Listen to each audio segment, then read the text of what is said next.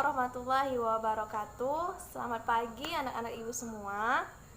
Kali ini bertemu lagi dengan ibu di mata pelajaran ilmu pengetahuan sosial untuk kelas 8. Nah, anak-anak ibu semua, seperti biasa karena pandemi kita belajar via daring ya, online.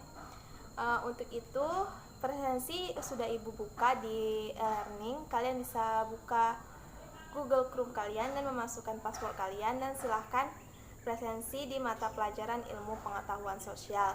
Batas waktu presensi itu 30 menit. Jadi 30 menit dari sekarang anak-anak ibu sudah bisa presensi. Nah, lewat dari 30 menit kalian dianggap tidak hadir. Bagi yang sakit atau izin, silahkan hubungin ibu di via WhatsApp atau telepon ke nomor ibu untuk disertai dengan foto keterangan surat sakit atau surat yang lainnya. Nah, anak-anak ibu semua, pada pertemuan kita kali ini kita akan membahas kedatangan kolonialisme bangsa barat ke Indonesia. Nah, sebelum kita masuk ke materi, terlebih dahulu ibu akan menjelaskan kompetensi dasar dan tujuan pembelajarannya. Nah, anak-anak ibu semua, adapun kompetensi dasar yang harus kita capai pada hari ini yaitu yang pertama, menganalisis proses masuk dan perkembangan penjajahan Eropa, yaitu Portugis, Spanyol, Belanda, dan Inggris ke Indonesia. Nah, yang kedua, mengolah informasi tentang proses masuk dan perkembangan penjajahan Eropa, Portugis, Spanyol, Belanda, dan Inggris ke Indonesia dan menyajikannya dalam bentuk sejarah. Nah, selain itu, adapun tujuan pembelajaran kita pada hari ini yaitu dengan mempelajari ini kamu diharapkan, anak-anak ibu diharapkan mampu mendeskripsikan sebab dan tujuan kedatangan bangsa barat ke Indonesia, dan seterusnya mendeskripsikan proses kedatangan dan terbentuknya kekuasaan kolonial di Indonesia. Seterusnya, mengidentifikasikan kebijakan pemerintah kolonial dalam bidang ekonomi, politik, dan sosial budaya di Indonesia, serta pengaruhnya terhadap rakyat Indonesia. Selanjutnya, mengidentifikasi perbedaan pengaruh kolonial daerah-daerah di Pulau Jawa dan di luar Pulau Jawa. Selanjutnya, mendeskripsikan perlawanan rakyat Indonesia menentang kolonialisme bangsa barat di Indonesia.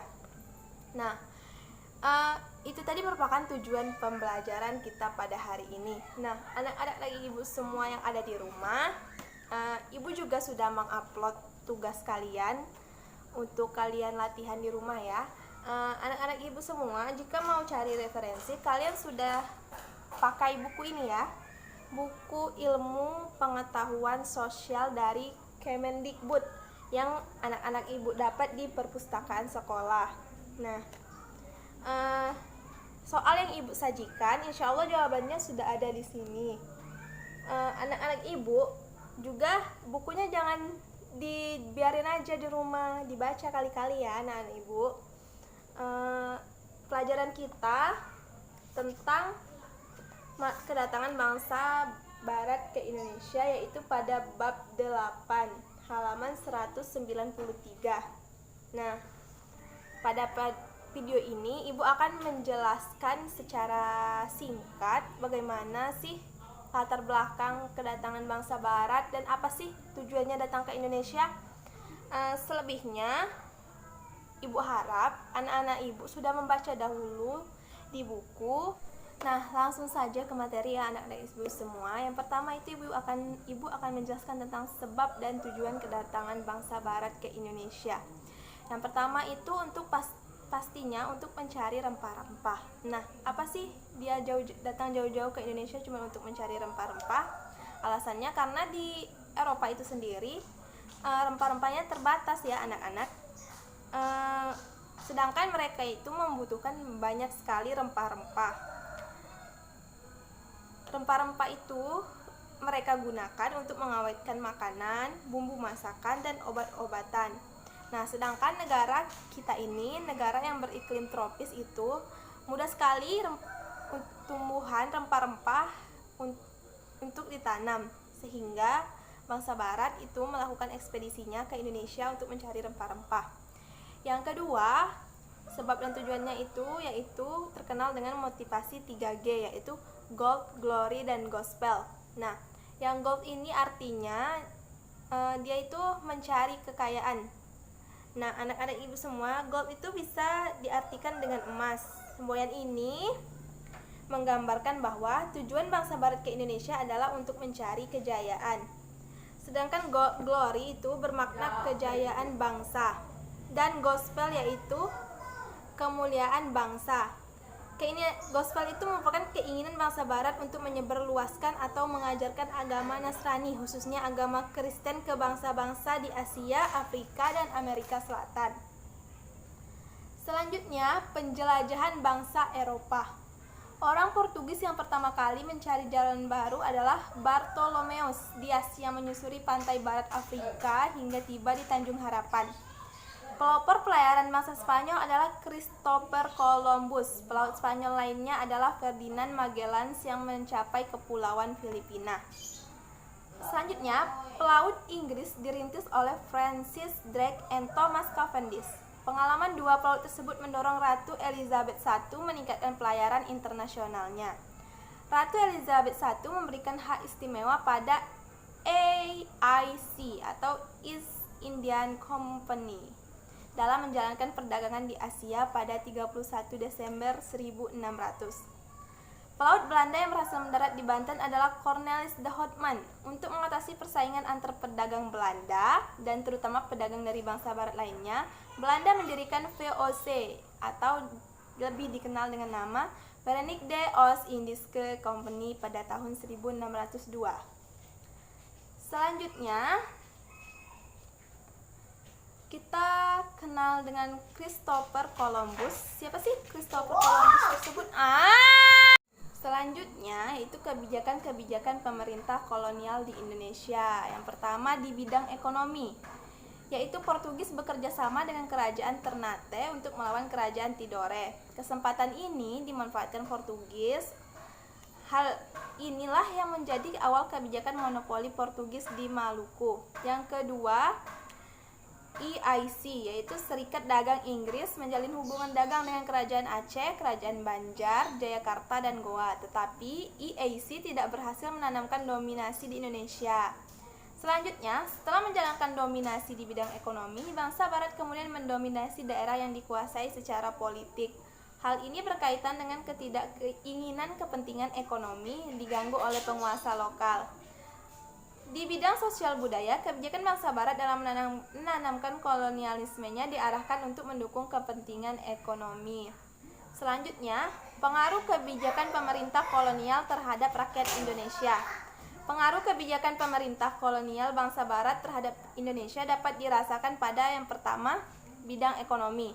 Ya, bidang ekonomi itu kita rasakan adalah ketidakbebasan rakyat dalam menjual dan menentukan harga panen. Jadi, pihak Belanda lah yang menentukannya, anak-anak ibu semua. Sedangkan orang Indonesia itu cuma dijadikan buruh untuk tenaga kerjanya. Bidang politik, pengaruh kebijakan pemerintah kolonial adalah menurunnya kekuasaan penguasa lokal. Nah, kita sebagai yang punya tanah nih atau penduduk pribumi itu dihalangi untuk kekuasaan tanah misalnya. Jadi tanah-tanah kita itu dikuasai oleh pihak Belanda. Bidang budaya, yaitu muncul dan berkembangnya tradisi barat dalam masyarakat pribumi. Selanjutnya, kebijakan pemerintah kolonial di Pulau Jawa dan daerah-daerah di luar Pulau Jawa. Sejak semula, kedatangan bangsa barat ke Indonesia dipusatkan pada aspek ekonomi. Oleh karena itu, penguasa secara politik pun diarahkan pada bagaimana menguasai sentra-sentra produksi dan jalur pemasarannya.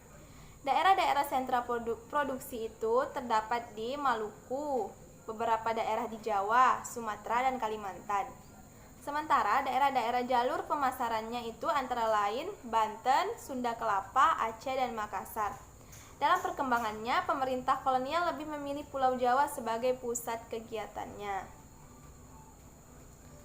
Selanjutnya, perlawanan rakyat Indonesia menentang kolonialisme bangsa, yaitu timbulnya perlawanan-perlawanan di daerah melawan kekuasaan asing, baik Portugis maupun VOC.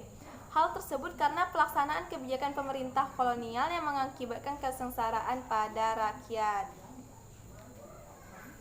Selanjutnya, terdapat beberapa perlawanan rakyat Indonesia untuk menentang kolonialisme bangsa, yaitu daerah perlawanan Demak. Tokoh perlawannya itu Depati Unus, dan kekuasaan yang berdiri ada Portugis, waktunya yaitu dari 1512 sampai 1513. Penyebab perlawanannya itu adalah ancaman Portugis terhadap kerajaan-kerajaan Indonesia. Dan hasilnya Portugis masih gagal ditaklukkan. Yang kedua yaitu Ternate yang dipimpin oleh Sultan Hairun. Kekuasaannya masih kekuasaan Portugis pada tahun 1570 sampai 1577. Penyebab perlawanannya yaitu rakyat Maluku yang dieksploitasi. Akhirnya Portugis bisa menyingkir ke Ambon. Selanjutnya Aceh, Sultan yang dipimpin oleh Sultan Iskandar Muda. Kekuasaannya masih Portugis. Waktu perlawanannya 1607 sampai 1636. Aktivitas perdagangan Portugis di Malaka mengancam keberadaan di Aceh. Dan hasilnya masih gagal ya anak-anak ibu dalam menaklukkan Portugis di Malaka. Yang selanjutnya Mataram. Nah, tokoh perlawannya itu Mataram dan Banten ya. Nah, ibu, tokoh perlawanannya itu yaitu Sultan Agung. Kekuasaannya itu kekuasaan VOC tahun 1928 sampai 1929 untuk Mataram dan 1651 sampai 1682 untuk daerah Banten. Penyebab perlawanan ini adalah yang untuk Mataram, VOC menolak membantu Mataram menyerang kerajaan Banten, dan untuk Banten, VOC menyerang Sultan Agung dibantu oleh Sultan Haji. Nah, untuk yang Mataram, VOC masih gagal ditaklukkan. Tetapi untuk yang Banten, Sultan Agung berhasil ditangkap dan Sultan Haji menjadi Raja Mataram di bawah kontrol VOC. Yang terakhir itu ada Makassar yang dipimpin oleh Sultan Hasanuddin. Kekuasaannya masih VOC pada tahun 1666 sampai 1667. Penyebab perlawanannya itu yaitu VOC dibantu Aru Palaka menyerang Makassar. Hasilnya terdapat perjanjian Bongaya pada tanggal 13 November 1667. Berintikan VOC berhak memonopoli perdagangan di Makassar. Nah, itu tadi penjelasan dari Ibu. Selanjutnya Ibu akan menjelaskan untuk tugas kalian di rumah. Sesuai dengan kompetensi dasar kita yang kedua, yaitu anak-anak Ibu harus dapat mengolah informasi tentang proses masuk dan perkembangan penjajahan Eropa, Portugis, Spanyol, Belanda, dan Inggris ke Indonesia dan menyajikannya dalam bentuk cerita sejarah. Nah, di sini perintah tugasnya itu anak-anak ibu dapat mencari buku, majalah, atau internet yang menceritakan tentang perlawanan rakyat Indonesia terhadap VOC. Pilih salah satu kisah perlawanan tersebut. Setelah itu, bacalah dengan sesama latar belakang, proses, dan akhir perlawanan tersebut. Nah, setelah anak ibu dibaca, anak-anak ibu buat rangkuman ya tentang perlawanan tersebut dan tuliskan sepaling banyak maksimal 2 halaman. Dan tuliskan komentarmu. Nah, lanjut ke tugas ya anak-anak ibu. Misalnya anak-anak ibu semua mengambil cerita tentang perlawanan Sultan Hasanuddin dalam menghadapi kekuasaan VOC. Nah, anak-anak ibu jelaskan latar belakangnya, kejadiannya itu bagaimana, dan akhirnya itu bagaimana. Nah, setelah itu anak ibu tulis di double folio dan fotokan, dan fotonya itu di-upload di e-learning. Itu waktu pengerjaannya selama seminggu ya anak-anak ibu semua. Baiklah, pertemuan kita kali ini cukup sampai di sini. Tetap stay di rumah, jaga kesehatan, jangan keluar rumah jika tidak penting, dan jangan lupa kerjakan tugas sekolahnya. tetap patuhi protokol kesehatan. Sekian dari Ibu. Ibu meminta maaf jika ada kesalahan penyampaian. Ibu akhiri, wabillahi taufiq wal hidayah. Wassalamualaikum warahmatullahi wabarakatuh. Selamat mengerjakan tugas anak-anak Ibu semua.